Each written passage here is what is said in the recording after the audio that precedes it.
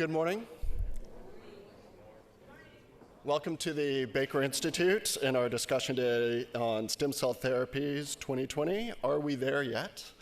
My name is Daniel Wagner. I'm an associate professor in the Department of Biosciences, and I'm also a Baker Institute Rice Faculty Scholar for the Center for Health and the Biosciences. I've never had to say that whole thing out loud.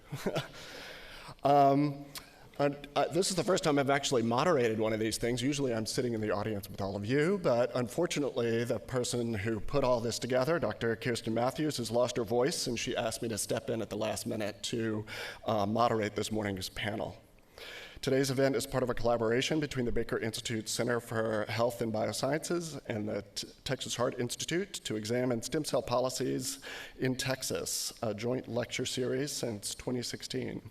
The joint series was organized by Dr. Matthews and our colleagues at Texas Heart, especially Ms. Carrie Sprung and Dr. Jim Willerson, who have been instrumental in developing this series and today's event. In addition, we would like to thank the George and Mary Josephine Hammond Foundation, which has generously provided support for the series over the past 4 years. For today's discussion, we'll have two speakers who will address the current state of stem cell innovations from different perspectives. Each speaker will give 30-minute remarks. Afterwards, both of them will join me on stage, and we will open up the dialogue for questions from the audience. Our first speaker is Dr. Emerson Perrin, the medical director of the Texas Heart Institute. Dr. Perrin is an interventional cardiologist and the medical director of the Texas Heart Institute. He holds additional appointments as the director of interventional cardiology and medical director of the cardiac catheterization laboratories at Baylor St. Luke's Medical Center. Dr. Perrin led the field in clinical work in regenerative medicine, and under his leadership, the Texas Heart Institute has finished enrollment for the first large-scale phase 2 clinical trial of stem cell therapy for heart failure. This morning, Dr. Perrin will discuss his research and findings from earlier trials using cell therapies and how they help understand the heart and find new therapeutic approaches that Texas Heart is testing now. Dr. Perrin.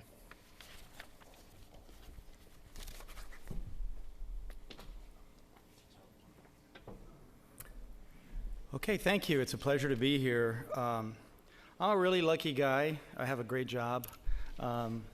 By day, I could get to do regular plumbing work on people and see people as a physician, and I'm an interventional cardiologist. But I also am what you call a clinical scientist, so it keeps you pretty busy. And it really comes out of curiosity to try to understand some things and make some progress in this world. Heart disease is the #1 killer in the world, everywhere, across everything. And so there's a lot of people that die, especially of heart failure. And so a while back, in the late 1990s, we created the Stem Cell Center with a real hope to understand better novel kind of treatments that could help heart failure. So our motto, or at the logo at the Texas Heart Institute, is the next first. And I want you to understand that this is really hard. Okay, so when you do, there's science in science. So when you do science that is discovery science on things that have never been done, it's really, really hard. And so please bear with me, because many times the questions that we're asking, we have no idea what the answers are. And we kind of, it's like being in a dark room and having a little flashlight, and we start making things out and having new understandings as we go along. So it's been a long journey, and what I want to do, and I know there's a lot of lay people here, I have some data slides, but I'll use them more as placeholders to make certain points about things. But what I want to do is really take you on a journey over the past 20 years of what we've done to understand how we could possibly apply cell therapy and stem cells to making the heart better, specifically to try and improve people that have heart failure and maybe make them not die as much and not go to the hospital as much. So this is actually from a company called Gartner, and they evaluate new technologies. It's called the Gartner Hype Cycle. And this is, they're on Wall Street, and if there's a new technology, you can go and talk to them, and they help you understand if it's worth investing in something or not. Symbol IT. So basically, this is kind of the roller coaster that new technologies go through. So when it first comes out, there is this peak of, I'm sure you remember in the early 2000s, like, oh, stem cells, oh my God, we're going to cure everything. And everybody's super excited. And then all of a sudden, nothing really happens. And you go like, wasn't there what happened with the stem cell stuff? And so we go to this peak of expectation, then it's sort of this trough of disillusionment. But then actually with science, with experimentation, with observation, we get to a point where you start understanding things. And so this is the kind of thing that we experience. And we're now somewhere in there. I'll come back to this towards the end. So this is not stem cell therapy, okay? When I started in the field, Dr. Willerson used to make this point, which is very good. It's like everybody in this room is made of 2 stem cells. No question, right? So you can build a person with 2 stem cells. Well, we can then easily build organs, tissues. Yes. So the answer is, will it work? Yes, it will. Is it going to take 300 years to figure this out? Okay, so it's a complex thing. Think about, aspirin. It took 100 years to understand, and we still don't understand everything about aspirin. That's a little molecule, because it's a little chemical thing with, a very defined structure. Now, you take a living cell that interacts with its environment, that produces dozens and dozens of different proteins, that actually receives information from the environment and produces other things, and lives. So as you can kind of get an idea, this is kind of a complicated thing to turn into a treatment, okay? A lot more complicated than aspirin. So this kind of stuff is just, unfortunately, people really exploit the hype. So, you have all these charlatan-type clinics that are really trying to make money. So there's all this, there is science going on, but then you just kind of piggyback on it and go like, oh, well, people, and it's terrible because there's people that have real disease, and if you go this is one of the hundreds of clinics that exist, you go on their website, they cure everything. So it's shameful, but these kind of things happen in a capitalistic society where people are trying to make a buck off of other people. So if I told you that 2 cells can build a human being, that's an extraordinary claim. So I better show you some extraordinary evidence. And so, like I said, I've been at it for 20 years and we'll probably be at it a little longer. But let's just take a journey through this thing. So this is a very important slide because it makes a point that I need to make. We're talking about cell therapy. And it's really not, when you think about many of these treatments, it's not even stem cell therapy. We're talking about cell therapy, okay? So this is a car, right? And I said, oh, I'm going to give you a car. And you got kind of excited, you want a car. This is your car. You're like, well, does it run? Are the tires flat? It's probably, has it been flooded? There's all these problems. So, but nonetheless, this is a car. And I could say, oh, I'm going to sell you a car. If somebody said, oh, I'm like, well, can you get a car? Okay. This is a car. Actually, they come from the same parent company, okay? This car is a very high-performing car that can go really fast and is technologically amazing. So I'd like to make the parallel between cells. You can't talk about, oh, there's stem cell therapy, cell therapy. Okay, we're talking about many, many, many, many things. So your body has a multitude of cells. Every tissue in your body has different stem cells. We've learned a lot. And so it's not like, oh, cell therapy. No, we need to define things. And you can get really fantastic cell therapy. You can get really crappy cell therapy. If somebody injects a bunch of dead cells in you, you know what that might do? We don't even know if the kind of cells that they're doing at the timing and where they're going, and then the quality of what the cells are. So you can start understanding there's a lot of variables that come into here. And as we do science and trying to understand where we are, we have to answer, you can only answer one question at a time, and you take them as they come. And my to-do list of things that I got to figure out is interminable. So let me try to get you to some of the things that we do understand about cells. So these are some mechanisms of action. In the beginning, we could, like in the laboratory in mice, we could do stuff and we can grow blood vessels. And thought, oh, that's really great. Because think about heart disease. You get stopped up arteries. If we can grow arteries, that's, intuitively makes sense. So that's something that's kind of fairly easy to do with cells. Tissue regeneration on the other side, that captures the magic, right? And there's been some bad science in the cell world, stuff that's been retracted, that really kind of said, oh, well, you just put these cells here and it magically creates the tissue. Well, maybe not so much. Maybe there's a few little cells there, but not necessarily nearly enough. You're talking billions, we do a heart transplant, trillions of cells that you need to put in something. So it's not something that's easily accessible like we think it is.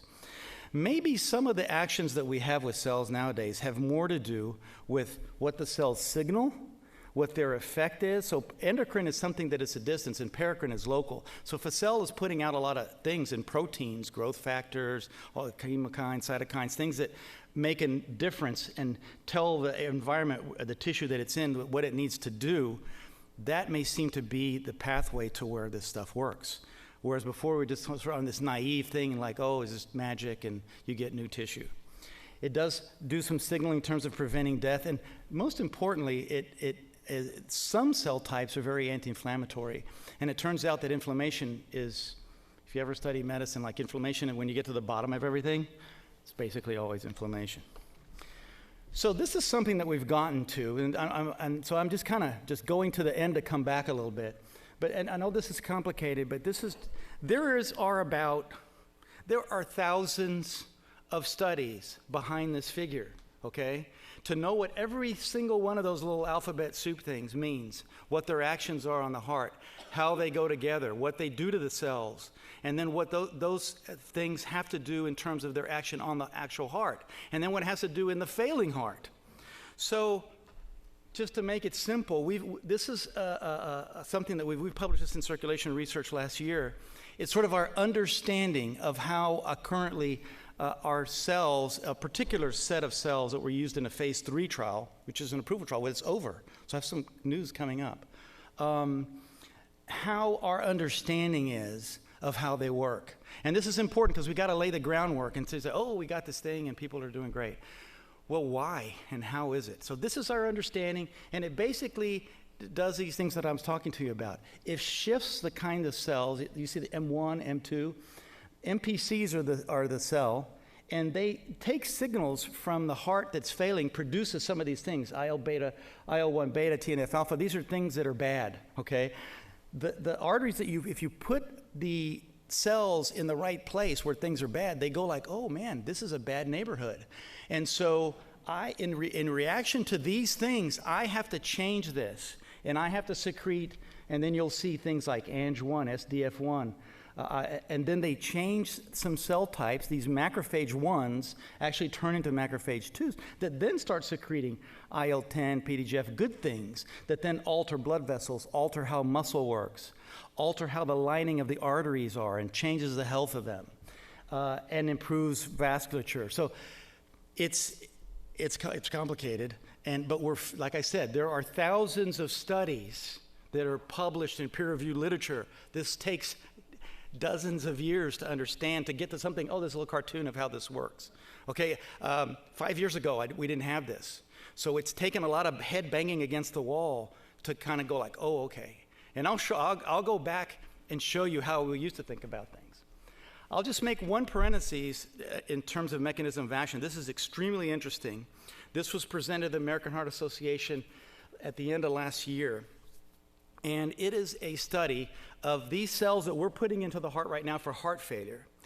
But in very, very sick patients that were undergoing an artificial heart. So their heart is on the fritz. It's end of life, and they're putting an artificial one in. And some people will make it with that, and some people will die. And when they put the artificial heart in to kind of pump to help support them through this, they would inject these same cells that we're using. So the interesting thing about these pumps is they're continuous flow pumps, and I don't want to get too technical, but basically it takes the pulse out of it. And so the people that have this pump, they have no pulse, but the blood is flowing, okay? And there's lots of interesting things about that. But the one thing that it seems to be associated with that is you get bleeding in your intestines, okay? And I won't go into the details of that, but it's true. And the incidence of GI bleeding is very high in these patients. And it has to do with some of these molecular things I'm talking about. Because when you screw around with how God kind of sets stuff up and the other stuff is different, well, things start reacting. So you start getting these unorganized bundles of blood vessels in your intestines, and they bleed. So in this trial, looking at trying to see if the heart improved, they gave these cells in the heart, and what do they have? A 70% reduction in GI bleeding. So what is this? So let's think about this. What does this teach us? It tells us that something that we put in over here, it's a local delivery into the heart muscle, is having an endocrine, it's putting out some kind of medicine or chemical that is then having an effect somewhere else. Okay, so that really kind of is a proof that these cells can work at a distance. So I thought I'd just put that out because this is very, very interesting. There will be more of this presented this year at the American Heart Association. This is super interesting. We're starting to, understand, but you start understanding things through different ways.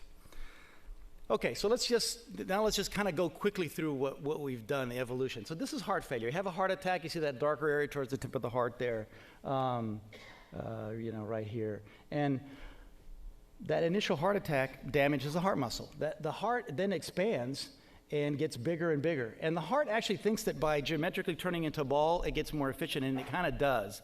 But this is what we call maladaptive remodeling, okay? So the heart remodel, that's why you get a large, he has an enlarged heart. Yeah, the heart's remodeling because it's trying to work better. But it turns out that when it's a big ball like that, even though it can pump a little easier, it's ultimately deleterious to the heart and big heart, and then, the bad things happen. So this is the pathway that most people go down when you have a heart attack. This is, if you're not going to do well, this is kind of the path that you go down. So we're treating those guys at the end with a big heart, giving them all kinds of medicines, doing this, doing that, and we've come a long way to try to keep them alive. So as we go through this, you see, this is a list. It's a list of studies that these are just studies that we've done at Texas Heart. And so back in 2000, we started in Brazil. So I'm originally from Brazil, and we had a system down there that could map the heart, and then we figured that we put a needle in it, and I had the system down in Rio, and so I thought, hey, why not do it here? It'll be easier to get it through, because I thought, stem cells, didn't know very much about this at all. I thought, we can inject stem cells into the heart, maybe that would be a good idea. And we thought about using bone marrow. And anyway, it took over 2 years to get it through the Brazilian FDA. It would have been faster here in the US. But I was down there, and and I used to go to, and this trial was in Rio, so I would fly to Rio every, had that little corner room I was staying. It was really kind of nice, self-serving, really. So, but anyway, so this was the first experience ever of injecting cells into a human heart with heart failure. Well, I was sweating bullets the first time we did this because we did it in very sick patients. When somebody lets you do something that's never been done in the world, and it's some weird kind of thing that it can turn out in different ways, they're going to let you do it. They're going to let you do it in the guy that's the last resort, dead and dying, like, okay, well, you can try these people. So these patients were very, very ill, and I'm pretty good with hands and procedures. I was wet when we finished this first case, but we got through it. This is a very small experience, what we call a phase 1 trial, when you're just trying to see, can I do it? Is it doable? And so the 17 patients. Then you can see, these are the acronyms for the cells here, and you can see as over time, we've tried different cells. These are just heart failure trials. And here you can see there's a combination of cells. So over the years, we've gone, and you can see now we've come to the US. And the second study was in Houston, and then we've gone multi-center, we've gone to Europe, and then these larger studies, you have to use a bunch of centers because you need help. Very quickly, in our situation in the heart, so I'm talking about heart stem cell here, okay? How do we give them? Well, it depends. You can give them in the vein, okay? So intravenous administration, how good is that to get treatment or getting the cells to the heart? It's terrible. Guess where if you put something IV, guess where the cells go? They go into your spleen, into your lungs, into your liver, which are filters in the body. They don't go to the heart, okay? So that's kind of a fool's errand of giving things IV. if you want to have a real effect on something local in the heart. Or we can give them regionally. And finally, this is what I was working on in Brazil, something, because I'm a catheter guy and we do put stents in and all that, is how can we do this without doing surgery? We need to go in through a little hole, go in the heart and all that, map it, figure it out and do it that way. So we inject it into the heart. This is a catheter system. You can see here on this little cartoon that the catheter goes back through the aortic valve into the left ventricle, and against the left ventricle, then a little needle comes out, and then we inject the cells into the heart muscle, okay? And we map the heart, so this is a three-dimensional real time. So while the patient is there, I have a 3D model of the heart that's color-coded according to whatever I want, but what we've used is voltage, because the heart runs on electricity, on waves of electricity that are making the heart beat. So if you measure the electricity, so high is good, low is a scar, so red is dead. We use a spectrum of visible light here. So going from red to purple, you can see that there's an island of what we call viability. This is live heart muscle. This is hibernating or dead heart muscle. And these little black dots, these are where we injected cells, kind of right on the borderline. There's no, this is what I said, you have to, we have biases in here.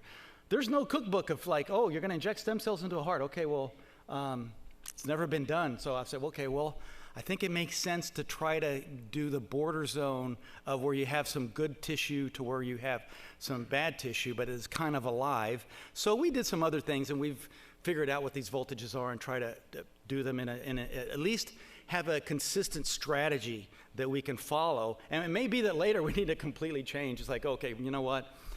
We were wrong.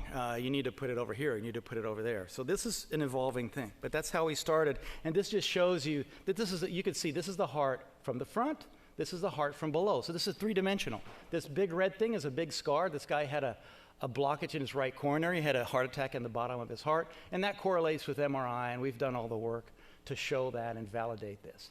So we took these patients, and I'll just give you one slide of inclusion. So I'm going to show you several studies, okay, just kind of the meat of the different things that we found. But basically, these are guys that are very symptomatic, that have bad pumping function, that had some lack of blood flow, and here's the kicker, that aren't amenable to surgical or percutaneous treatment, meaning, you know, everything's been done, now you can do your thing.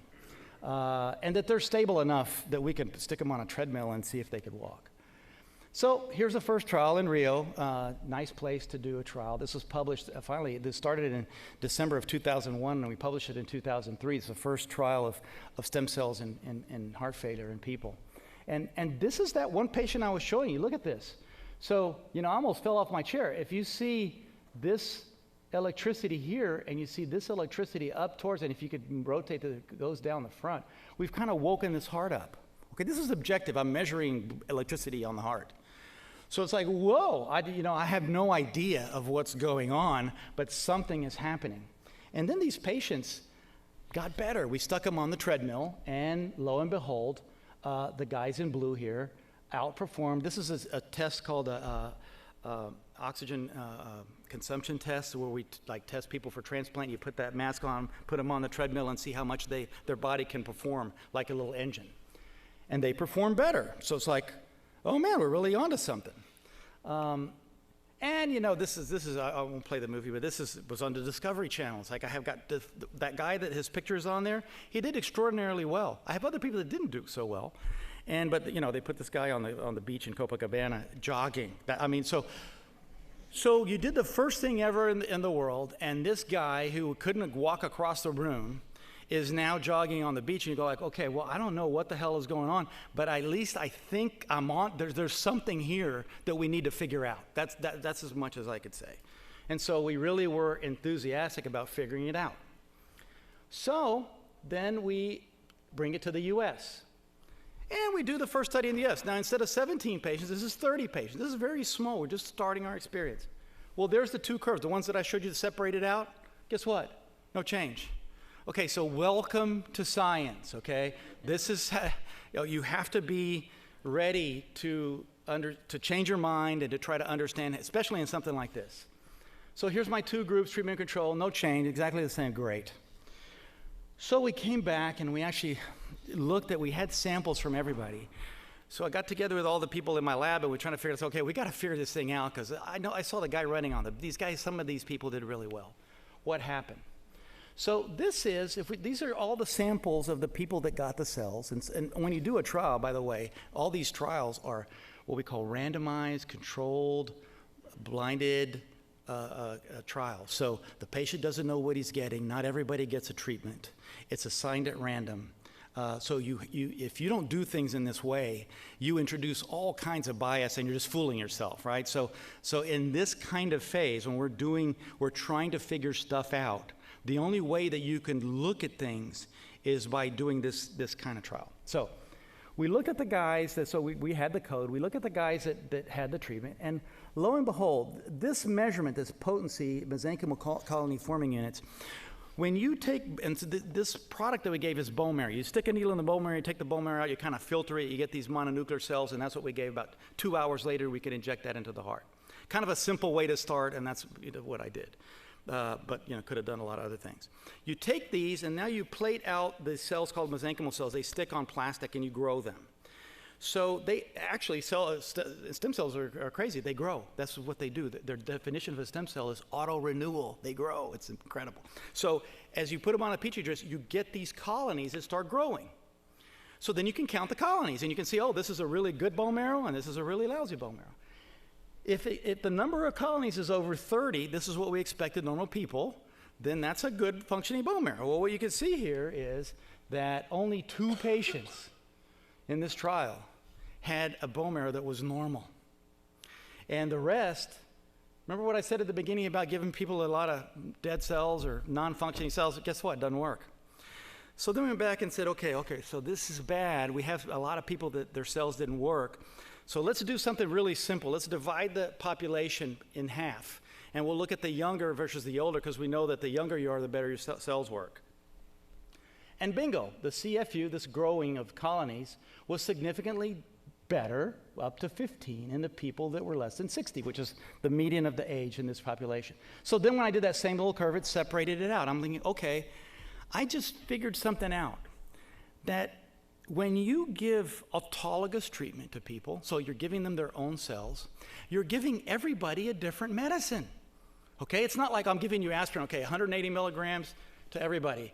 No. If you're 82 and you have heart disease and diabetes and this and that, and you're sedentary and you eat this and you eat that, and your genetics are this and that, this is your stem cell. If you're 75, et cetera, so you go to every medicine in the world is different, because every patient, everybody's different. So that's pretty challenging, right? Okay, so we kept that in our minds. We did the next trial. This was a 90-patient trial. This was a network. This was funded by the National Institutes of Health and the National Heart, Lung, Blood Institute. And I presented this study in front of 8,000 people in a late-breaking session, so there's a lot of expectation. And here I am presenting this negative study, okay? So we were ready, because I knew that there were problems. And so we already had what we call pre-specified analysis. Before we did anything, we figured out, okay, we're going to look at this, that, and the other, because if nothing else, we're going to learn. So essentially, this is a negative trial, because this is something that nobody knows anything about. So when I choose endpoints, which are these 3 things here, okay, all of these things were negative. If I had chosen this ejection fraction, it would have been a positive study. But that just shows you how Mickey Mouse all this stuff is. When you're starting out and things you don't know stuff about, it's luck. I picked the right endpoint, I'd be up there going like, oh, we have a positive trial, there'd be a lot of hype about it. This is actually probably better. It was negative, although we saw some effects, and we learned from the effects. So, okay, we were ready with the age thing. So we separated out, less than 62, over 62. Look at the difference. See, the increase in ejection fraction was 3. But in the younger people, it was 4.7. That's a meaningful gain. And no change, really, in the older people. Okay, so now I've confirmed. You can't if you're curious about something and you make an observation, that's kind of okay. Yeah, you're being kind of a scientist about it. You need to confirm that again and again and again. That's how we get to objective truths about things. So here we know nothing, so we're just trying to learn something. So I'm kind of getting the idea that these cells really do make a difference. And if you're young, if you're old, they have different actions. We also noted correlation between improvement in certain cell types. So we're trying to learn everything we can. There now is a trial going on in the US based on this slide called CardiAmp. Because on the left, you can see cells that aren't growing very much. On the right, you see that they're growing like crazy. So you could think, if you inject the stuff on the right, man, you're turbo powered. Okay, those things are going to go in, they're going to do something, whatever it is that they're going to do. On the left, you got nothing. Okay, so when we looked at this according to function, then we looked at that treadmill thing called the VO2 max, and we came out with 2.5 in the people that had good function. 2.5 improvement in an MVO2 takes you off the transplant list, okay, because you're going to live. Okay, so that's a very significant thing. So again, we learned something about it. So this is the problem I'm talking about. Variable potency of autologous bone marrow cells. It's variable. And I sat there and I thought about it, and these are 4 things I can come up with. How do you get around this problem, okay? 4 things. One is we can do things, put genes, change the cells, make them into Superman. We got to make these cells like Superman. Turn the 88-year-old cell into a 18-year-old cell in some way by manipulating. That's complicated, right? I mean, that's kind of like very difficult to do. Or we can use different bone marrow cells. Remember, this is just the beginning, right? There's a lot of different cells in the bone marrow. Instead of picking this one, maybe I'll pick that one. Or forget about the bone marrow. Let's go to a different site altogether. Let's get some fat. Let's use heart tissue. Let's get stem cells in the heart. So that's another alternative. Or the very bottom, forget about this autologous thing, and let's go get the cells from a young guy. But if you do that, then you run into rejection. Remember, you get a heart transplant, you got to be on a bunch of rejection medication, so it depends on the cell. But anyway, so here is a quick peruse through different ways that we can solve the problem. This is something that we're working on at the Heart Institute right now. This is, I won't even go into it, it's very advanced, but this is gene therapy that basically transforms. When you're born, it's interesting, it's worth really mentioning, this is really cool stuff. When you're born, your heart is, you're the embryo this big, and you're growing and growing to you're a baby. And so the heart grows tremendously. And so there are genetic programs that when you're born, they shut it off. It's like, okay, guys, the heart's at the size that it needs to be. Your heart doesn't turn over a lot, a few percent during your lifetime. But it's like, let's shut it off. We're grown. We're good to go. Okay. So what if we can go in there and figure out, now, what is that genetic program? And we can go in there and turn it back on. So somebody that wiped out half their heart, and I can inject some stuff and say, hey, turn on and start growing heart again. So Jim Martin, one of the guys, one of our scientists at Texas Heart, has figured this out. He's published this in Nature. I mean, this is amazing. So I got the guy in the building that's done this. And so he's done a lot of mice, and now we just finished doing about 40 pigs. And this is some of the tissue from the pigs. So believe me, in the future, cell therapy we've got a long, long way to go. And some of the stuff is I think the real breakthroughs are going to be when we unite gene therapy and cell therapy. That's the big win, okay? But we're working our way there. So let's select some different bone marrow. Back to so that's the first one, that's hard to do, right? That's like crazy science. Let's do stuff that I can do, that I have done. Different bone marrow cells, okay? This is a ALDH bright cell. We did a trial with this. It's published. What did we find? You see over here, this is a map of the heart in terms of blood flow. And orange is where the blood is flowing. The dark blue is no blood flow, okay?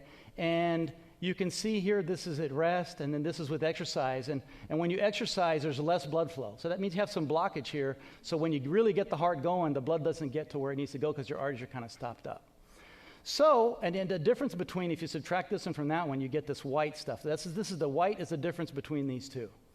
Here's the map on our mapping system, and I don't think you can see the black dots, so we injected cells all along this border zone here. And this is afterwards, 6 months later. Wow, look, blood flow in the bottom. And look, the white area is decreased. So that's pretty good, okay? We use these cells. I told you I got a lot of stuff on my list. We use these cells for leg artery vascular PAD. So we're working on that, okay? But it's because these cells they're a different kind of cell, and they're really good at growing blood vessels. So let's use them to grow blood vessels in the leg. Okay, back to the heart. How about other autologous sources? Fat. We all have fat. And it's interesting that as you age, I think the adipose tissue is a little protected in terms of, the effects, the bone marrow is more ravaged because it's right in the circulation. And around the vessels in fat, there are cells that are like stem cells that you could use. And there's a lot of very positive things about using fat. So we did a whole trial, randomized trial in Madrid. So this time I flew to Madrid it was fun. I've been there about 50 times now. And just as an aside, this is the beauty of doing things like this, is that I've had 6 fellows come from Spain and from Madrid rotate in our center. We've had people go there. We had this great relationship. We have a symposium every year. And basically, we wound up forming a group of all the investigators worldwide in Europe and in the US called Tactics. And so now there's about 100 guys in the world that kind of do what I do in terms of clinical heart failure, stem cell stuff. And so we all know each other. We will all work together. And this is part of building that kind of stuff. So you can see here that we had decreased scar. And the red line, the guys that didn't get it kind of went downhill, whereas the guys that got the treatment kind of stayed okay. So this is an interesting cell type as well. And these guys got some short-term benefit. See, the orthopedic bar is very low, okay? Because you can use some of these cells to help with orthopedic things like joints and things, and it happens because the FDA said, well, if you do things manipulated, you do it in your office, so the orthopedic surgeon goes in there, he pulls out a little bone marrow, he spins it down, and then he puts it back in the middle of his surgery. Is this the most sophisticated thing to do? No, it's not. It's kind of, it's okay. But look, Peyton Manning, they're both retired, but Peyton Manning got a few more years out of what he's doing. Lindsey Vonn kept going. I mean, it's not a miracle, okay? She's not like dancing the polka, but she extended her career a little bit. And in Spain, actually, so we were there doing this trial in the heart, and I was working with this guy, Cugat, who's a doctor for the Barcelona soccer team. And we did this trial. And so, believe it or not, I'm in the OR, he's doing this ACL repair, and I'm there with the cells, and it was tons of fun because I'm not, an orthopedic guy. And the guys from the core lab would call us and say, listen, we're seeing that this one group is healing faster than the other. Bottom line, this got approved in Spain. So, and it's a very good process. Again, like I'm telling you, there's very many variables to all this. The process they do seems to be very good, and it has an improvement we see in certain surgeries, and it's approved for ACL repair in Spain. So that's a nice consequence of something. Here's a heart stem cell. So we take stem cells from the heart, and you can see basically here, the scar tissue, this pink stuff kind of gets better over time. Because you can think if you give heart stem cells, now we're not doing the inflammation thing. We're actually putting heart muscle substitution. That's really hard to do. Can we do it? Does it communicate? These are questions that are not actually well answered. So how do we do all this? So there's I told you this is an NIH study, an HOBI. So these are sites around the country that the government has sponsored to create a network. So we've been working for 12 years. You don't hear about it very much, but doing studies for heart to try to figure out the stem cell business. So one trial that'll be coming out pretty soon, we're going to look at the data in October this year, is a combination of MSCs and c-Kit, which is heart stem cells, and that's done. And so there's interesting things coming out this year. Another thing that's coming out this year is Seneca. Went to MD Anderson. What about the people that get chemotherapy? There's certain chemotherapies, like for breast cancer and lymphoma, that wipe out your heart, and you get a lot of scar tissue.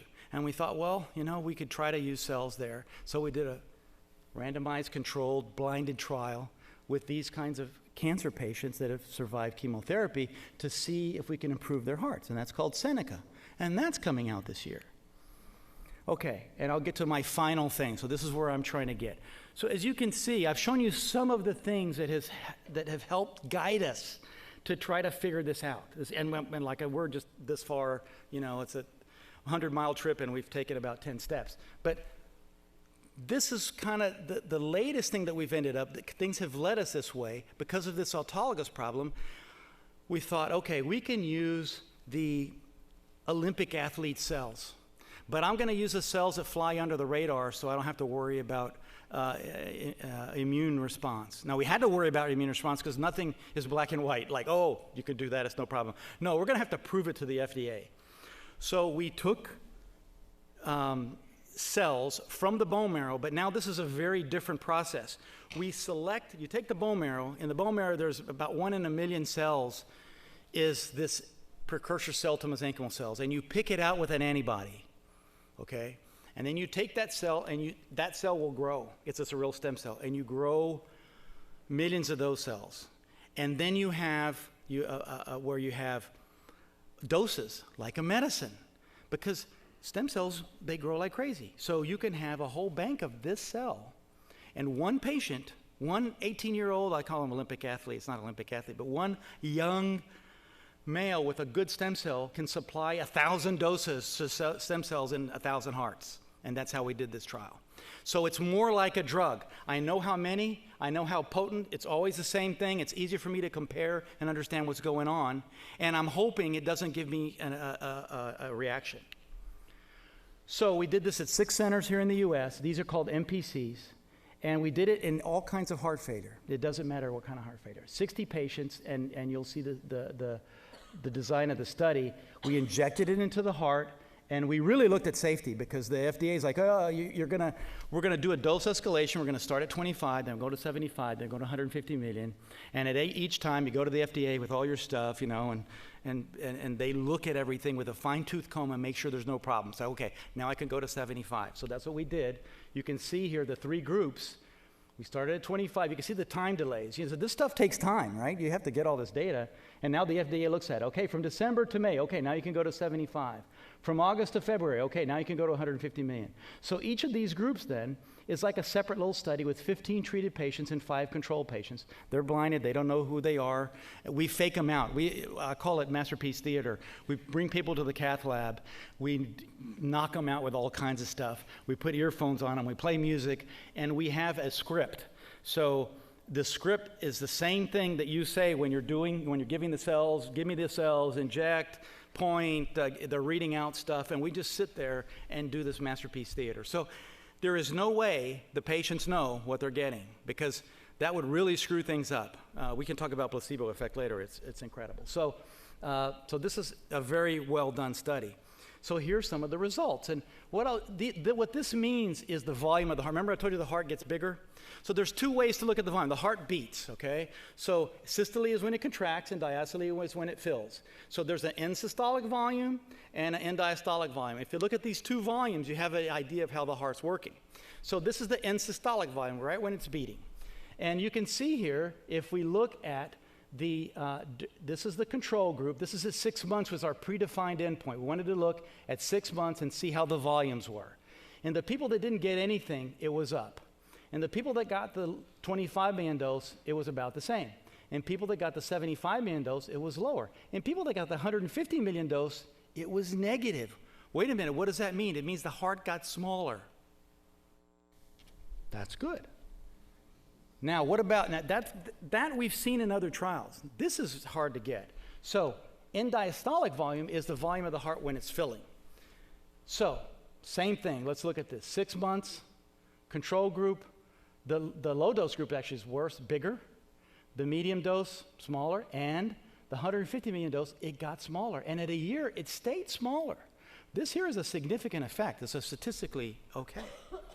So I have negative remodeled the heart. If we look at the pumping function, it's the same because if you proportionally change the volumes, if you do a calculation in which you're comparing the volumes, both of the volumes get smaller, your ejection fraction shouldn't go up. That's exactly what we want to see, which is what we saw. And most importantly, what happens to people when they have heart failure? Well, they have a heart attack, and then they get sicker, and then they go into the hospital, and they get medicines, and you give them more medicines, they go into the hospital again, and so they keep coming into the hospital, and unfortunately, some of them die. So this is kind of the road down, and we look at these events over time. So, I think I might have got a little lucky here, but this is what it is. This is following these patients that we did in this trial for 3 years, okay? Sitting on my hands for 3 years. And what you can see here is the guys that got the 150 million dose, okay, that had the decrease in the volumes, that's what I'm saying, talk about luck. So these guys, there was not one event. Nobody went into the hospital, nobody died. In the control group and the other 2 doses, people died, and they kind of tracked together. So we think this is like, as we learn from the other things, bone marrow transplants for leukemia, there's a threshold effect. You got to give enough cells. So this is why we did the dosing study, so we could figure out, okay, it looks like 150 million looks like a reasonable dose to give. Okay, so based on this phase 2 trial, it was presented a while back, we set up a phase 3 trial. So we go to the FDA and say, hey, listen, we think we're at the point, even though we're very ignorant about this, we think that we're at the point where we can get approval. I'm in the business of helping people, we need to help these people that have heart failure with something that we think is making sense and that we've objectively proven seems to decrease the size of the hearts and decrease the events that they're having later. So they said, okay, so we did a phase 3 trial with 150 million dose. This is from the phase 2 study, right? At 52 sites around the United States and Canada, so this is all over the country.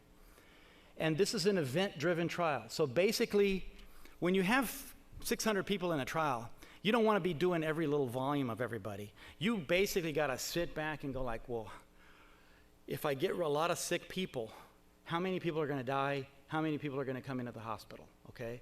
And so this is called an event-driven trial, and we needed to see 531 events, calculated that to know if we got a valid answer. Now, that could be yes, it could be no, but we've already surpassed that. This trial's enrolled, and we're over a year out already.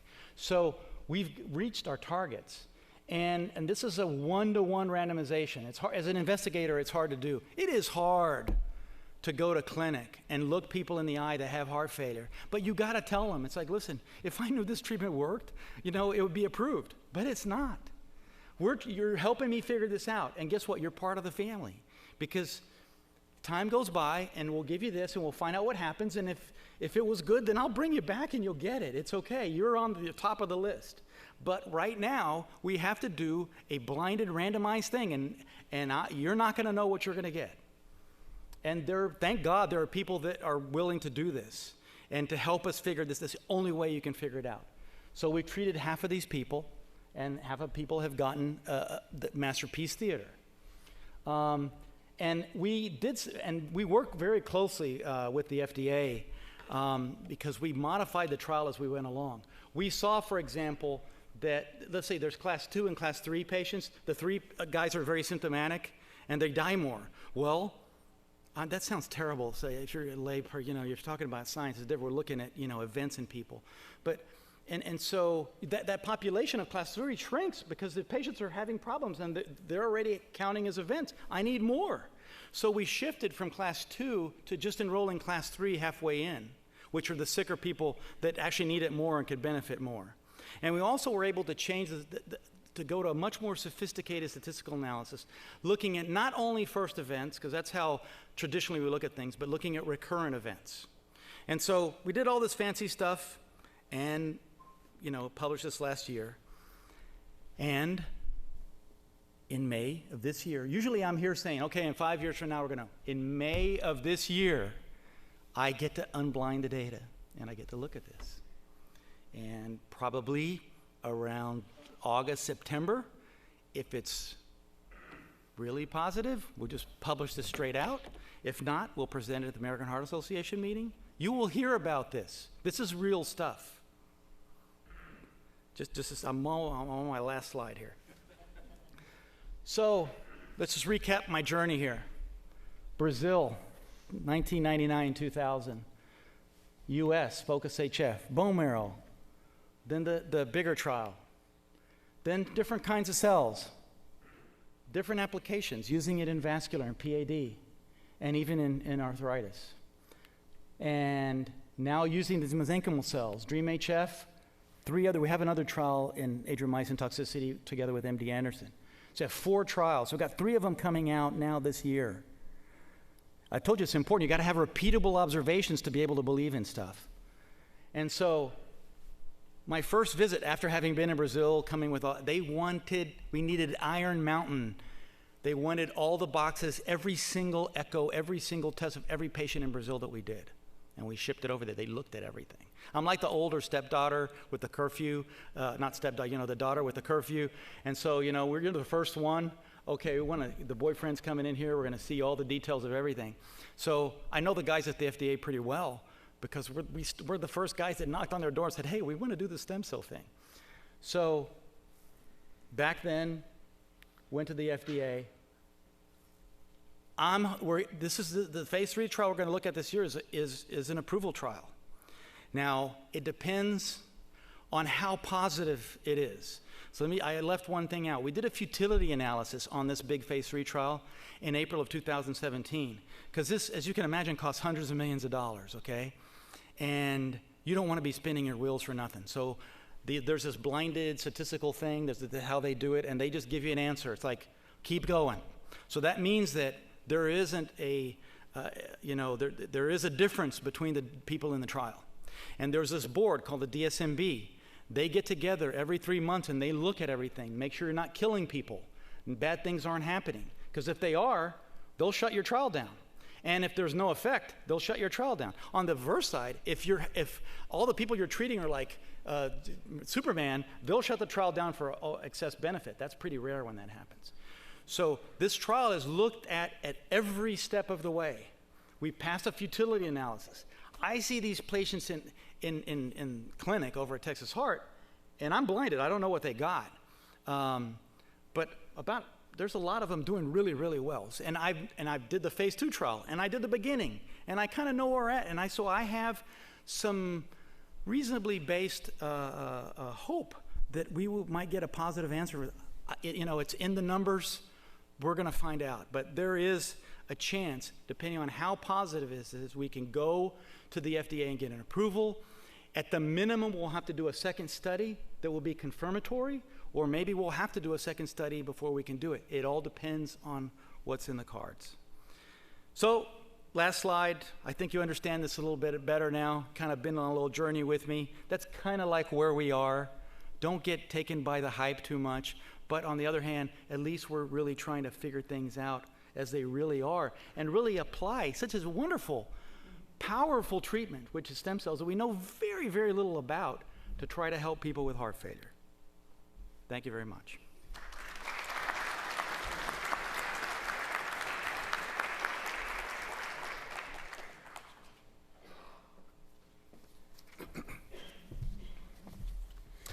Thank you, Dr. Perrin. Our second speaker this morning is Ms. Laura Beal, an independent journalist who specializes in medicine, health policy, and science. Recently, she published a detailed article in Texas Monthly titled "Shot in the Dark." The article, along with her podcast, Bad Batch, dives into cases of peddling unproven treatments in the stem cell industry. Both the article and the podcast discuss in detail the 2018 incident in Texas where several patients were seriously injured after receiving unregulated treatments with stem cells.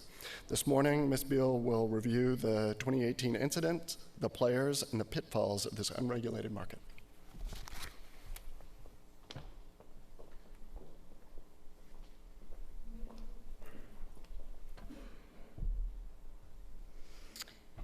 Well, thank you, Dr. Perrin, for that walk through the actual science of stem cells, because we're about to take a departure from the evidence-based world of stem cells and into the universe of retail sales, where I've spent a lot of the last year. So there was a time when you had to get unapproved stem cell treatments, you had to go overseas. People were paying money to go to Mexico, Russia, Costa Rica, a number of countries to try to get these treatments. But that started changing about 10 years ago when clinics started popping up here, offering cells. One of the first, you had a slide from Celltex, they were actually one of the first. And in 2016, Paul Knopfler from University of California at Davis and Lee Turner from the University of Minnesota actually tried to document the rise of these clinics, and they mapped out, based on what they could find on the web, some of the clinic hotspots. And here's a little animation to show how this industry has grown.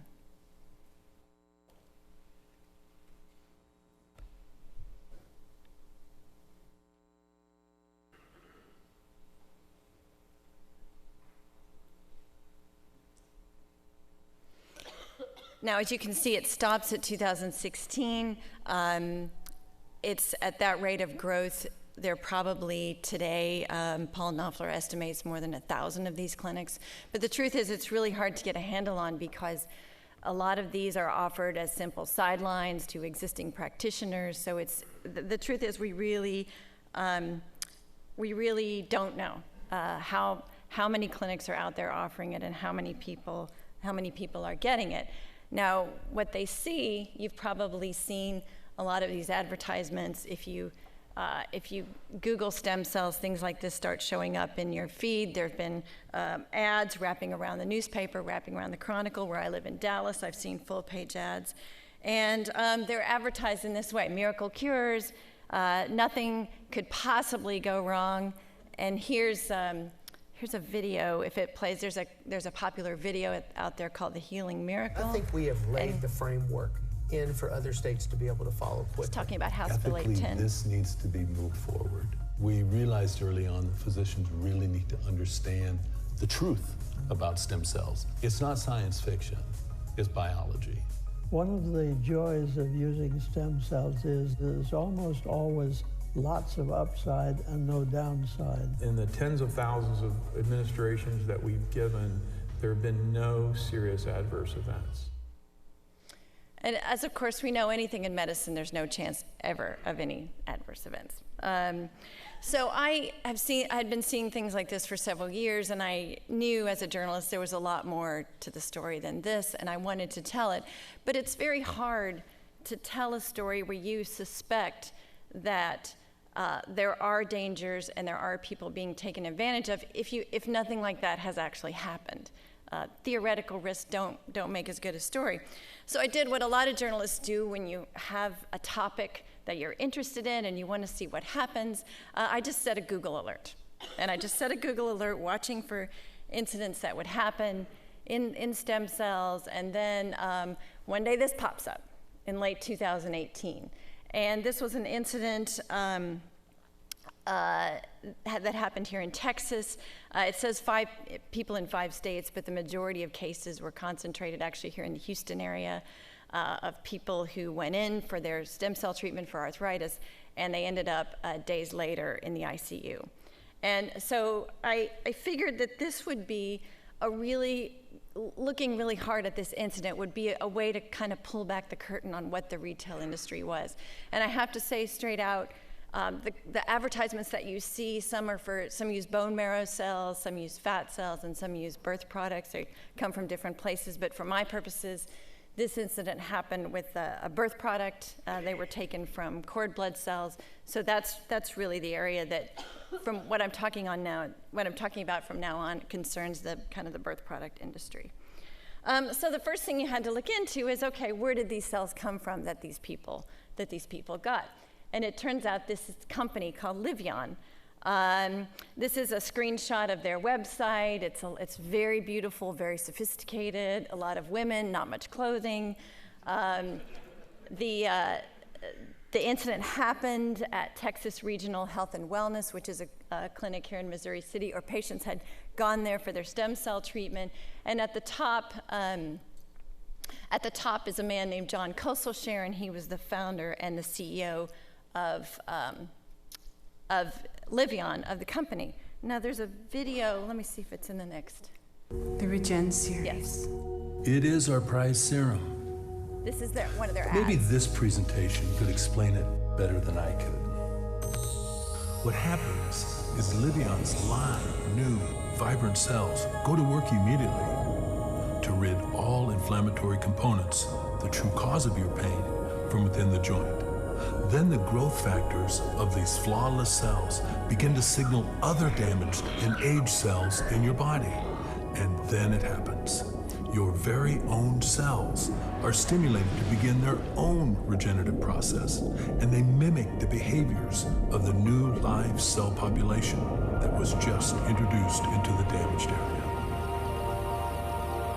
Cryogenic preservation is at the core of Livion's cellular therapy process. It's what allows us to keep these highly potent cells alive and fully energized for a seamless transfer into your body for their reawakening. Fully preserved, so that we can treat you at any time or anywhere in the world if need be. Now, I just got to say, Dr. Perrin, you really need to up your game. Because I didn't see any of that in any of your data slides. So I found this, and then the next question that I ask is, of course, who is John Kosel-Sharon, the founder of this company? So I did a little research into his background, and he has a bit of a history. He was in trouble with the SEC in 2014 for his involvement in what turned out to be a Ponzi scheme, and then he was caught up in a big federal sweep for healthcare fraud. And so then that leads me to ask the question, okay, how does someone with no science background and a pending federal case get into the stem cell business? So that's really the overarching question that I was asking in this series of stories. The result was a 6-part podcast that came out in October of 2019, and it was the #1 podcast for a bit. I received a lot of feedback for it. I think it really helped people understand what was going on. But I have to say, this was a very difficult story to tell, because if this was all a scam, if this was all an easy scam, it would be much easier, but it's not. I mean, there is a lot of promise to it, so you have to balance that. I also needed to be mindful and respectful of the thousands of people out there who have paid their money, who have cashed out their 401ks, who borrowed money to try this therapy, and they legitimately feel better. Why they feel better we can talk about later, but I didn't want to seem like I was dismissive of those people who felt better. Like you had the slide of Peyton Manning and Lindsey Vonn. I mean, there is something going on here, and I had to be really conscious of that. And finally, I really didn't want to turn John Kosel-Sharon into some kind of two-dimensional villain. That would have been an easy story to tell, but I really wanted to at least try to understand what he did, and I wasn't really out to do a hit job on him. So all of those factors made it a really complicated story. I also published an article. This appeared in the January issue of Texas Monthly magazine. It's the same story, just I wanted to tell it on different platforms because my mother never exactly knew what a podcast was. So there's a whole bunch of people out there who would not listen to the audio, who I wanted to also tell the story in print. So what did I learn from months and months of looking into the retail stem cell industry? Well, number one, you can make a ton of money, a lot of money.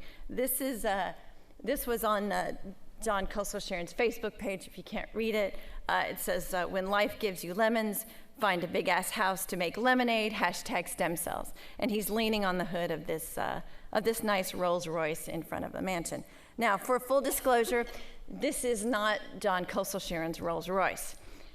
His Rolls Royce is white, and it has a license plate that says Livion. So there is a ton of money to be made, and I was really able to look under the hood and see how much, which I don't think is something that had been done very often. And just for an example, for each of these shots that patients are getting, they're paying about $5,000 per injection for this.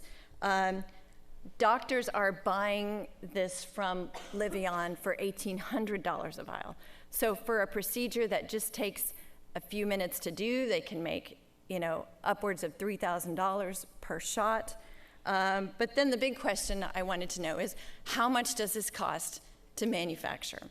And the answer is $100, maybe $200. So patients are paying $5,000 for something that can actually be produced very cheaply. And that's why you can buy a Rolls Royce if you get into the business. And John, as an illustration too, the first full year of operation, 2017, that Livion was in business, they made about $6 million. The second year of operation, 2018, they made more than $15 million, and this was with a recall of their flagship product in October. So you can make a lot of money, which probably explains why so many people are getting into the business, why you see chiropractors and acupuncturists and all kinds of people suddenly offering stem cells. Now, that said, I have to disclose that I don't think that everybody in the retail business is really out to scam people. There are doctors and there are practitioners who want to get in this because they truly believe it helps people. Again, I don't want to generalize about the industry or about anyone in particular. So this is some of the science that I found. It's a dosing chart for a clinic that uses Livion products. So, of course, as you can see, you start out with 10 million cells, which is about one of those vials for a knee injection. And, of course, then as the conditions get more complicated, you just multiply. You just give more. And I don't have to tell you that's not exactly how the science works. And I'm using the term stem cells here, but I also am cognizant of the fact that it's a loose term. There's a lot of question about what is actually in that vial, and I won't go into that here, but I'm using the word stem cell, but I'm very aware that it's a loose definition, at least in the industry, and there's some controversy over it. There's another question I had is, what are the risks? And the answer is, we actually don't know. So in Dr. Perrin's study, you saw a very careful documentation of the risks of what happens, and that happens in a clinical trial. You follow people, they're followed closely. Does it work? Does it not work? How does it work? What side effects did they have? Most of this is taking place out and nobody's watching. So if you talk to people in the stem cell industry, they will say, quite correctly, the risk is low. We don't have a lot of reports of any kind of adverse events. And that's true, but it's true because people aren't looking. You don't see on the testimonials on the websites the people who it didn't work for. You don't see the people who died anyway. You don't see the people who paid for these injections and had no response. I couldn't find very much data at all. Here's one little piece of data that I was able to find. This was presented last year, very informal survey of neurologists, simply asking them, how have your patients fared after they've had stem cell treatment? 204 neurologists responded to the survey. 25% of them said their patients had had serious consequences and 3 had died. Now, obviously, correlation is not causation. We don't know. Was it a result of the stem cells? Clearly, not everybody who had stem cells was miraculously cured. And this data, as crude as it is, was one of the few studies I could find. So if there's anybody in this room who really wants to do a good study, a larger version of this would be quite interesting, I think. A survey across practitioners to find out what happens to these people, because we don't know. A lot of these things are sold at seminars. If you look a lot of the ads, if you just Google stem cells, you'll start popping up ads for these different seminars. It's a highly effective way to sell stem cells. I went to a lot of these. The vibe was always kind of the same. If you've ever been in a timeshare, that's kind of what it sounds like. You know, this is great. Sign up today to get a discount. Sometimes you get a free sandwich, and it's really quite persuasive. And so in the podcast, I played one of the seminars. I'm going to play a clip for you now. The voice you'll hear is the name of of Tim Martin, the stem cell representative from Livion. So I've got a doctor in Dallas that actually treats 14 UFC fighters, mixed martial arts fighters. We've done 3 of his fighters. The most recent one was 8 weeks ago, and on Monday of this week, he had them in. They did strength tests, literally 8 weeks. This is on his shoulder. In 8 weeks, he has 90% strength improvement in his shoulder in 8 weeks. That's amazing. It's absolutely amazing. Then it was time for questions. Hands in the room shot up. Many of the people who spoke had complicated medical problems. I had a stroke, which was, I guess, caused by a brain bleed. I've got scoliosis real bad. My wife, she's got multiple sclerosis. Parkinson's. So I have a friend that has an autistic child. How would you treat autism? The Livion rep always had the answer to this and pretty much all the questions. For the question about autism, he told us about a child who wouldn't overtly express affection. And then he had stem cells. Today, this kid literally now will walk up and hug his mom and dad, have conversation. Still has, you know, some symptoms. But I mean, didn't cure but improved dramatically. He introduced a nurse from the clinic. So, Monica, you guys have had a stroke patient that you treated. Would you want to answer that and share the experience? Because I think there was, my understanding was some very good results. Yeah, go ahead. He was about 42, I think, and had a severe stroke. Him too, I believe. She had treated him by giving him an IV of stem cells. He can talk better, he can walk better. When he came in the office, they had to fly from Colorado. And when he came in the office, he walks in all by himself with a backpack on his back. Totally different than what he had been. And his speech was much improved. So, kids with autism, people with multiple sclerosis, stroke victims, all getting better from infusions of stem cells. The seminar lasted almost an hour and a half. In the end, the doctor directed everyone to a table near the entry with a sign-up sheet. As I left, I had to work my way around the clump of people gathered by the door, waiting for their turn to sign up for an appointment. These were people who were clearly desperate for help. 3 of the attendees had come in wheelchairs, and they were being told things that I suspected were exaggerated at best, and at worst, outright false. Well, actually, for real stem cell scientists, the kind of stuff that they throw out is mumbo jumbo that really doesn't actually mean anything. So that last voice you heard was from Sean Morrison. He's probably known to a lot of you in this room. He's a former president of the International Society for Stem Cell Research.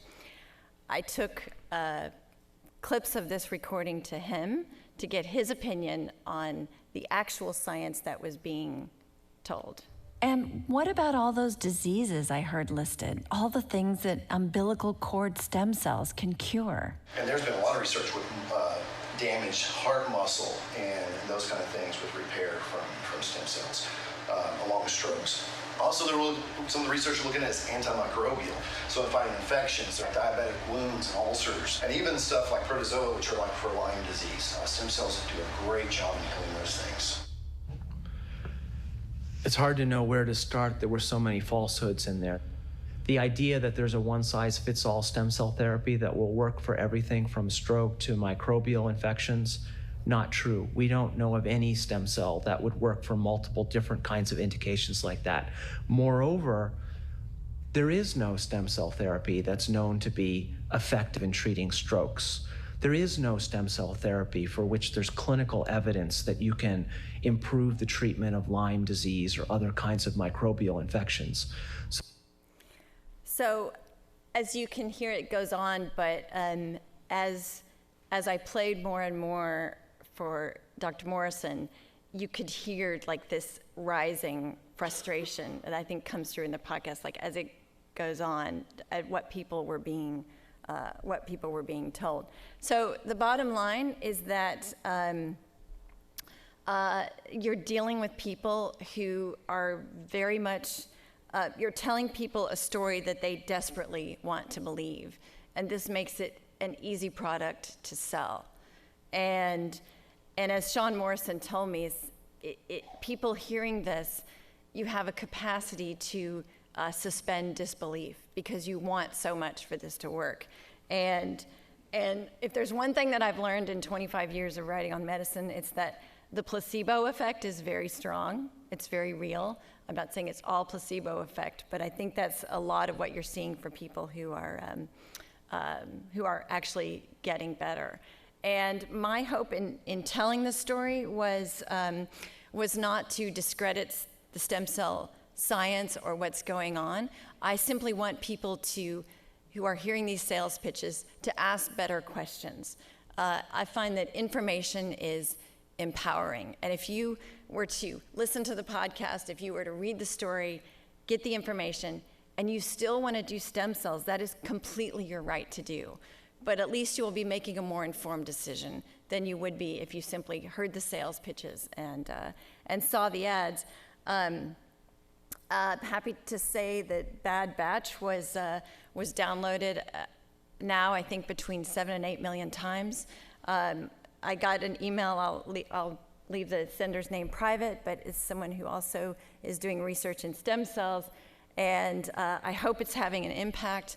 I'm not the only one, but I hope that journalists like me trying to spread the word and trying to help people make informed decisions is really having an effect, and it's really hopefully causing the public, before you spend your life savings on this, before you drain down your retirement, before you borrow money to do this, please ask questions about what you're getting. And if anyone wants to contact me, there's my contact information. And I just want to thank you for the invitation to talk today. Thank you.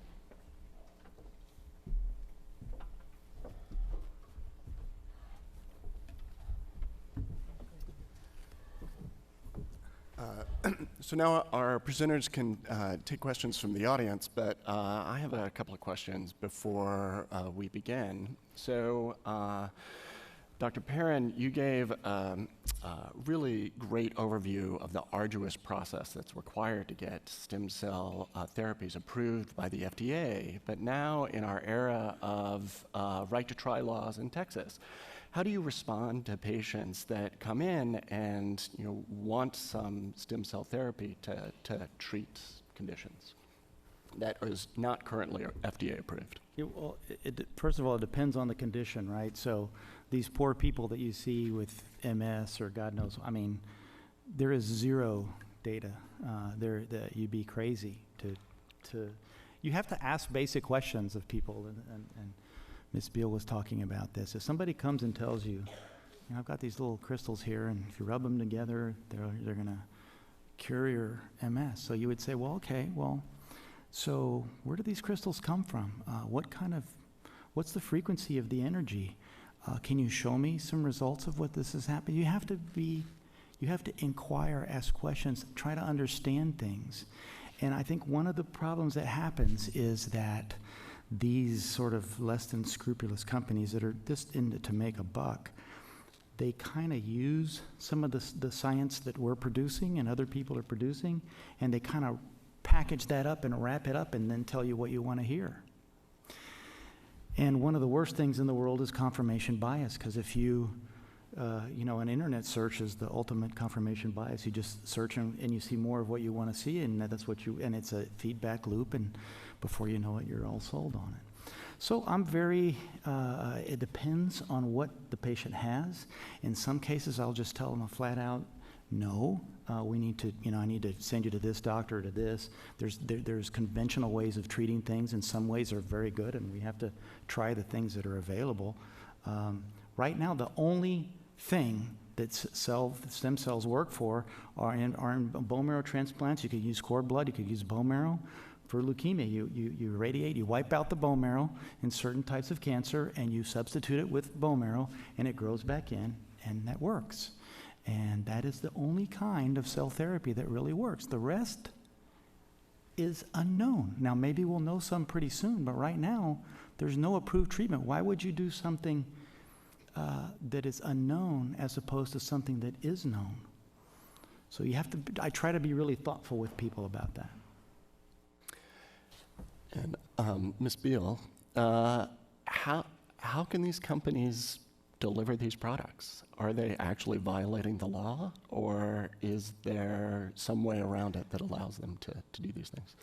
I actually had that exact question for Peter Marks, who is the head of the Division of Biologics at the FDA, which is the agency that oversees the approval of these products, is how this cannot be considered a drug that needs approval.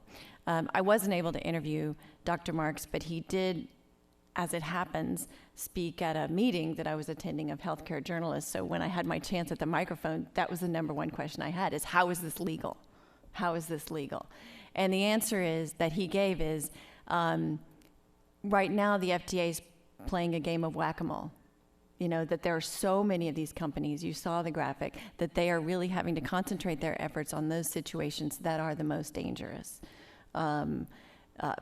You know, people who are injecting this into their brains or eyes, or, you know, those they really have to focus on those first. And so my view is a lot of people are simply trying to make as much money as they can before the FDA shuts them down.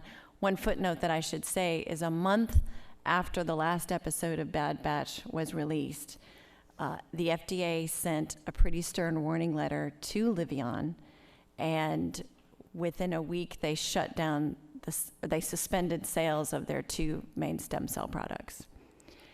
So to answer your question, I think a lot of it is not legal, it's at the margins of legality, but the FDA simply can't keep up with it. All right, are there questions from the audience? Yes. Curious.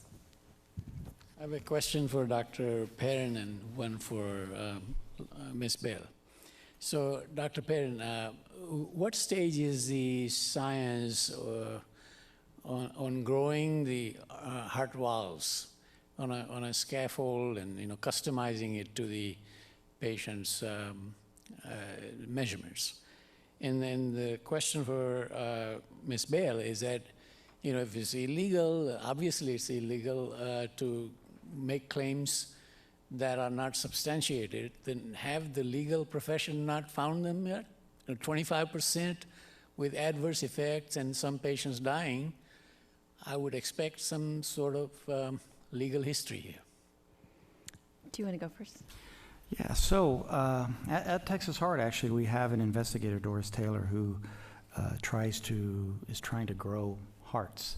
And she'll take a heart and take all the cells out of it. You just end up with a ghost heart, which is the structure. And then you have to recellularize it with stem cells.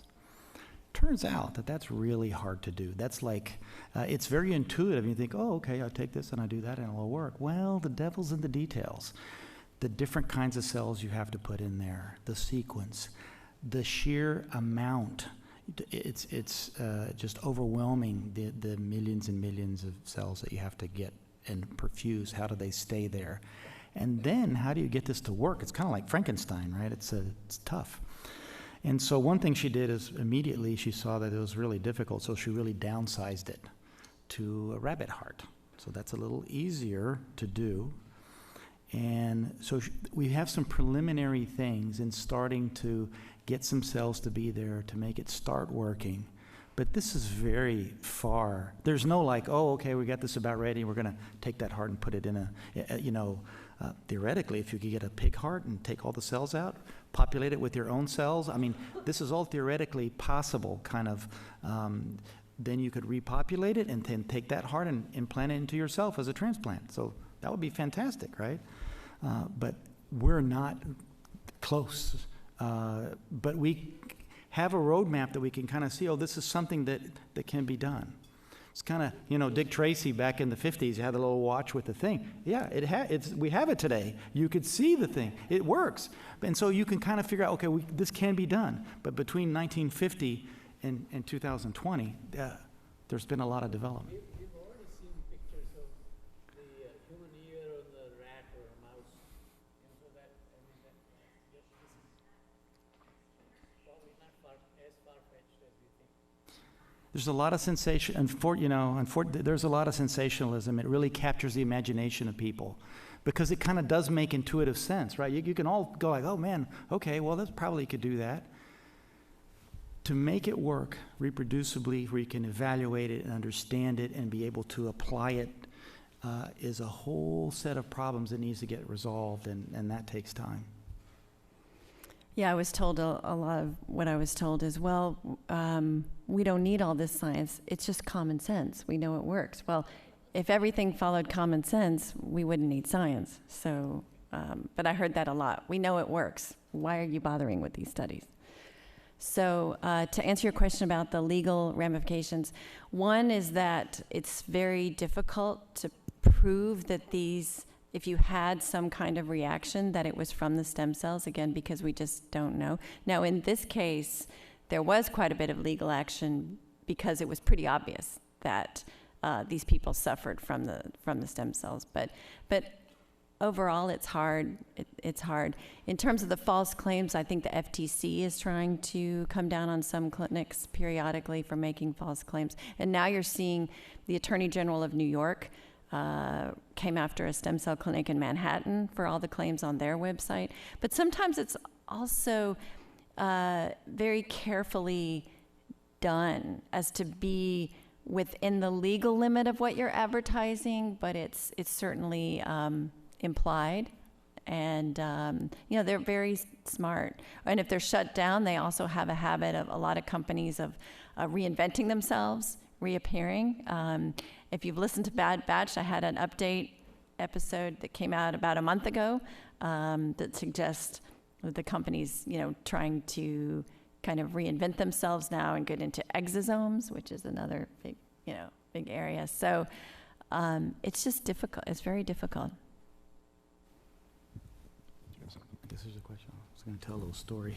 Dr. Perrin, would you recommend for young people to preserve bone marrow for the cardiac failure that they will have with advanced age? Because you showed that the stem cells from younger people are more active than those that are collected from older people. My second question is, in the fourth slide that you showed, the fourth before the last, you showed that although the dose of 75 million cells decreased the volume of the heart, the patient did worse than the control. Okay, so I'll start at the end. They didn't do worse. Statistically, they did the same. They tracked the same. So the difference in benefit is only for the high dose group, and the rest is kind of equal if you do the, so it's the math, right? So we do statistics on these things. And then your other question was, should people bank their, no, because this is like the iPhone, right? I mean, so 3 years ago, we have a much better iPhone today than we had 3 years ago. Well, you know, you think 5 years from now, you think we'll be a little further off. So I think that you don't need to be doing this right now. There will be allogenic, you'll be able to get that young person cells probably in the future.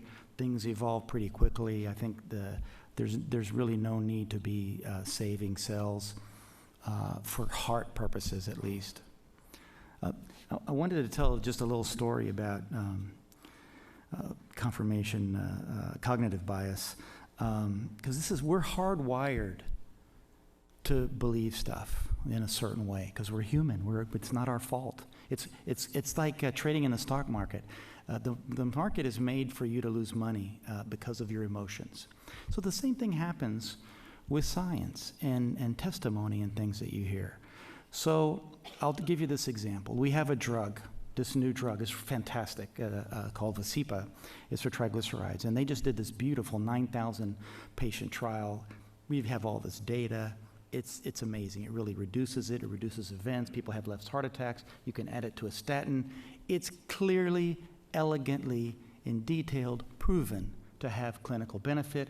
FDA has approved it. Boom, we have a treatment, right? So then you go, I'm a cardiologist, I give medicines to people, and you give somebody some Theapies, and they come back and go like, oh man, it just made me feel terrible. So the tendency that you have is to go like, oh man, maybe I shouldn't give Theapies. Okay, so do I listen to the data? 9,000 pages have been done, or do that personal little experience that somebody told me? So we're hardwired to kind of pay attention to testimony. And testimony is the lowest form of scientific evidence. Now, in the court of law, it's crazy. This is, it's the highest form. But in science, it is absolutely the lowest form of evidence. It doesn't matter that it's called empirical, because it's empiricism, that this guy said this and this patient did really well. Let me bring up a patient. Okay, and you go on some of these sites and they have a case study and another case study. Well, that's really lousy evidence. So but as humans, we kind of look at that and you want to see that and you're like, oh no, oh wow, this guy got so much better and I have this too, and so maybe that can help me, and then you're already down the road. So you have to be disciplined not to follow the wrong path, which is very easy. We have a question in the back. Yes. Yes, I'd address this to both speakers. I'm a OB/GYN, and we are encouraged to collect stem cells from the cord, umbilical cord, for these purposes. Are we contributing to this, or should we be sure where these stem cells are going, or where do we stand on that as people providing stem cells? Yeah, having dealt with this, my answer to that, and I've worked with folks over at MD Anderson and people that run a cord bank, real cord bank. And so the answer is the dose that you get from that is pretty small, all in all. And so it's by the time they need it, it's probably not going to be enough. And so what we say is if you have expendable cash and you want to do it, because what the hell, go ahead. But it's not something that I think we should, absolutely, you've committed a crime by not saving this cord blood. No, it's a luxury, and maybe it'll help, and it probably won't. Well, a lot of women, too, are donating for altruistic purposes, they're told. You can donate this, and I saw the consent form for some of the products that went to Livion, and it talked about cancer, curing cancer, or use for research. It did not mention that it was going to prop up a commercial industry. And so I think the question for women to ask, if you want to donate cord blood and you want to do it to help the greater good, is ask where it's going. Because I think I would be more reluctant to donate my baby's cord blood if I knew that it was helping, a questionable industry versus helping cure someone of cancer. So I would just encourage any woman to do that. I think it's a great thing to do, but I'm curious about where the checks are about where it goes to.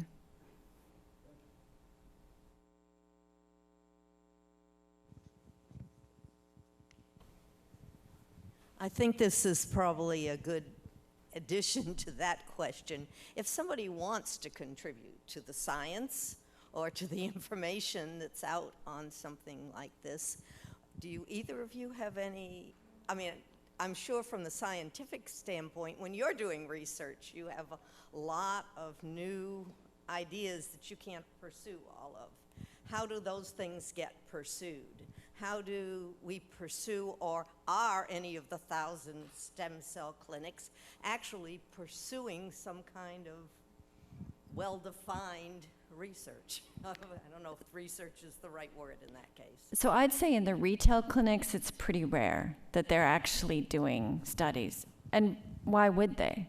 You can make a lot of money and not do research. Now, there are companies who are trying to do the right thing and trying to develop there's a company actually, I think here in Houston, that's trying to develop a stem cell treatment for rotator cuff industries, and they're spending millions and tens of millions of dollars in actual research.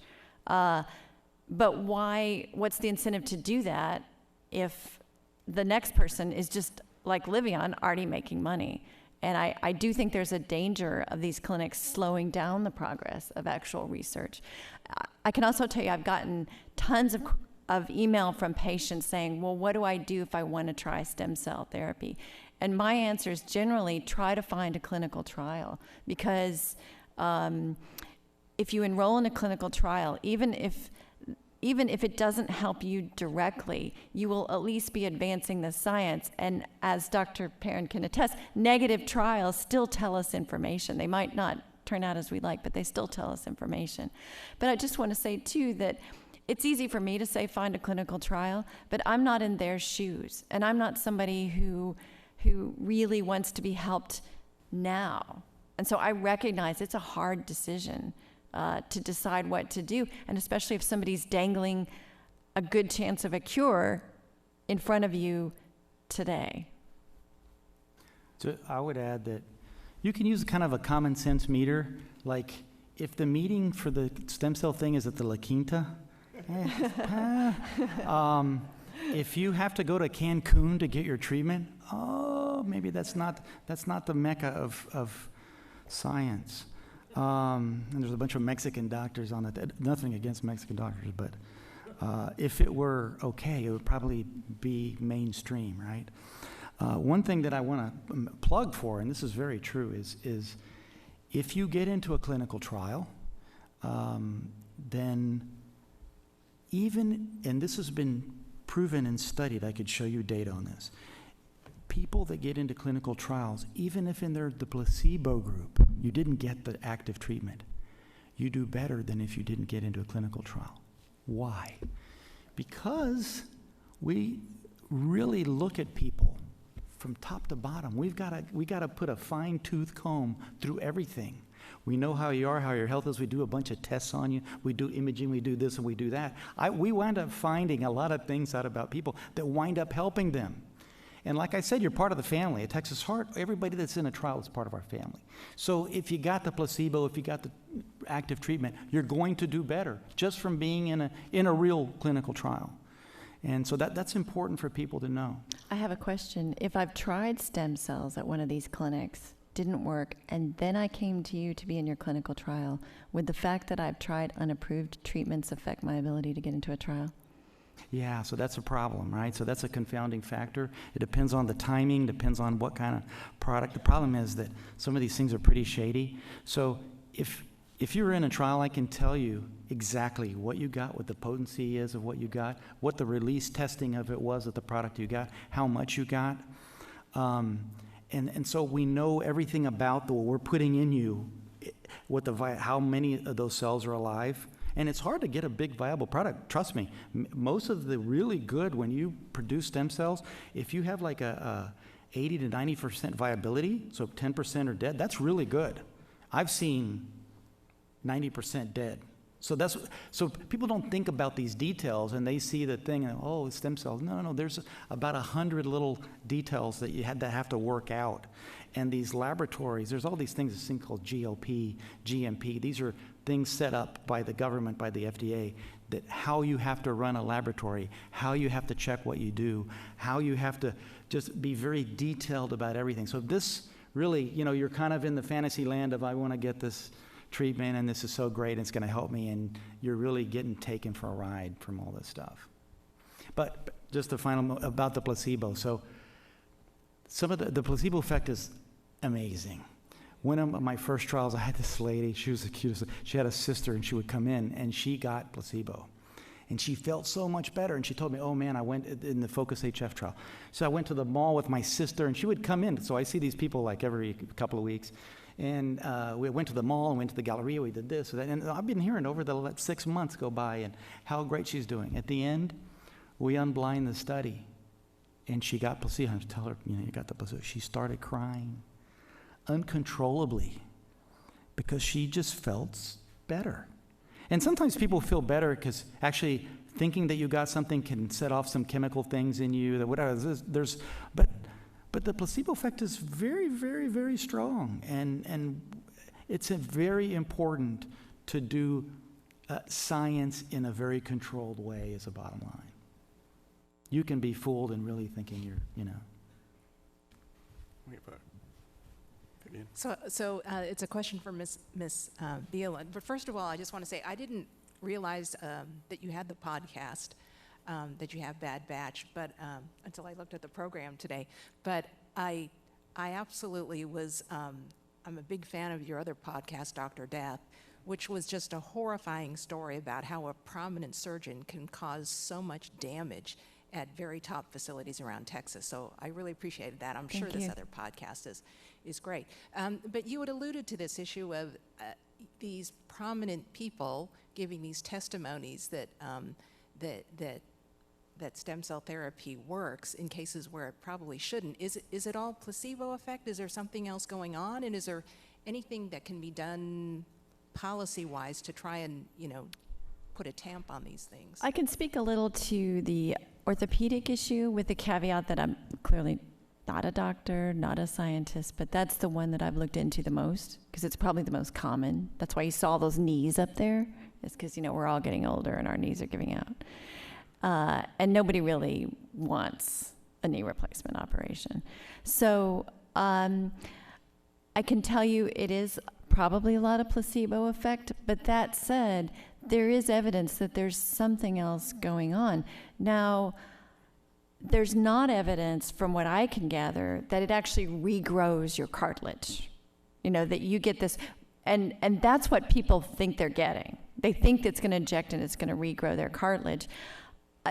The evidence I saw, a lot of it could have to do with inflammation. There could be other things in that shot that's mitigating the osteoarthritis. That's why we need to study it. That's why I don't want to discount the people who've had this and felt better. For what a reason we don't understand, they're not lying and they're not duped. They might actually feel better. But we're doing the science to know why they feel better, which patients are appropriate for this therapy, which are not. How much do we have to give? All these things that science takes years to work out. So if you pay the $10,000 cash for this shot, does the next person who pays $10,000, are they going to get better? But I think there is probably something going on in orthopedics that we need to work out. But I'm skeptical if we're actually regrowing cartilage based on the evidence that I have seen. Yeah, we're not regrowing cartilage. Yeah. And just like we're not regrowing heart. In the beginning, I thought, maybe we're growing heart. You put it in there and something happens. No, we're not. The effect in heart failure when it gets bad is an inflammatory disease. It's a systemic thing. Your heart puts out these bad things and they all snowball down. So what we're doing when we give these mesenchymal cells, we're not regrowing any heart anything. We are modulating an internal inflammatory response that starts at the heart and affects the kidneys, the whole body. And that's how people die less and go to the hospital less, because we're actually making a difference. We're making a difference in their systemic inflammation from heart failure, not in regenerating. That's that's genes, and there's a lot, that's for the future. In the seminars I went to, a staple of these seminars is the before and after knee x-ray. Look, here's this, really decrepit, horrible cartilage. Boom, they had stem cells. Look at that. It's so common. Yeah, and that's shysterism, really, to tell you the truth. The reason we got away from bone marrow and some of the adipose stuff is, to tell you the truth, because it's a weak. Bone marrow is I would classify as a weak cell therapy. Well, I don't want weak cell therapy. I want strong cell therapy. So that's why trial after trial, I don't want to go do this, now we can do that. Okay, we're getting somewhere. These guys are the heart's getting smaller. Okay, so you find your way to what is better. And what you're getting with these clinics, they should put a title on top of it, like Celltex, piss poor cell therapy. That's kind of what you're getting. Yeah, you're getting something, and it might help your joint, like you said, a little bit. But show me, how much is it? Where is it? How do you do it? Like, for real. Show me results of what you've done. There's nothing. I've gone on their website. I found a couple of studies. One was a letter. It wasn't even a study. The other was it was written kind of like a study. It was published in some Mickey Mouse thing called the Annals of Case Reports. I told you case reports are the lowest form of science. And it was a case report of 2 patients. Sorry, that does not cut it. And so, but it looks really good. I mean, like when you put things in print and, you write it out. So for the ill-advised, you look at that, no, they've published some things on this. But if you have like half of training in any of this, you'll look at this and say, this is a joke. When you look at the indications, I was just browsing this because I knew I was coming. The indications for their cell therapy, it's basically everything. Autoimmune diseases, so there's a bucket there. Degenerative diseases, vascular, heart, you name it. So basically everything. Neurological, so anything, and so this is ridiculous. It could be that I think the lowest hanging fruit is orthopedic things.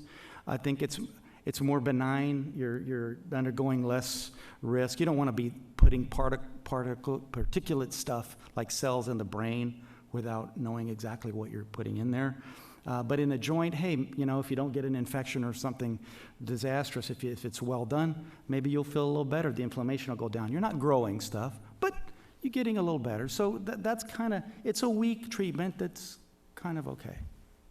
That you're paying a lot for. You're paying Rolls-Royce prices for your Volkswagen. I think we have one last question. Back here. I want to thank you all very much. I am a doctor, and we have 50,000 doctors who are part of the Texas Medical Association, and we don't know your literature. We don't read your literature. The Circulation magazine or journal is not common literature. We're all busy. And we don't listen to the podcasts, but we need to, and we're hungry for this information. So I work up and down the street. I work at St. Luke's, at Methodist, at a variety of other facilities. My favorite is the Memorial Hermann Center, where we're trying really hard to keep up with safety. We're trying to keep up with coronavirus. So my point is, we need to be able to read your literature. And I want to thank Rice University for letting this be an open forum so that we could listen and that we can share. And the way that we need to make this public is to have this information in the American Medical Association Journal, the JAMA. We need to have it in our newsletter for the TMA. We need to have the Harris County Medical Society, which is the largest medical society in the USA, aware of this. So thank you very much, Rice University. Thank you, Dr. Perrin, and thank you, Ms. Beal.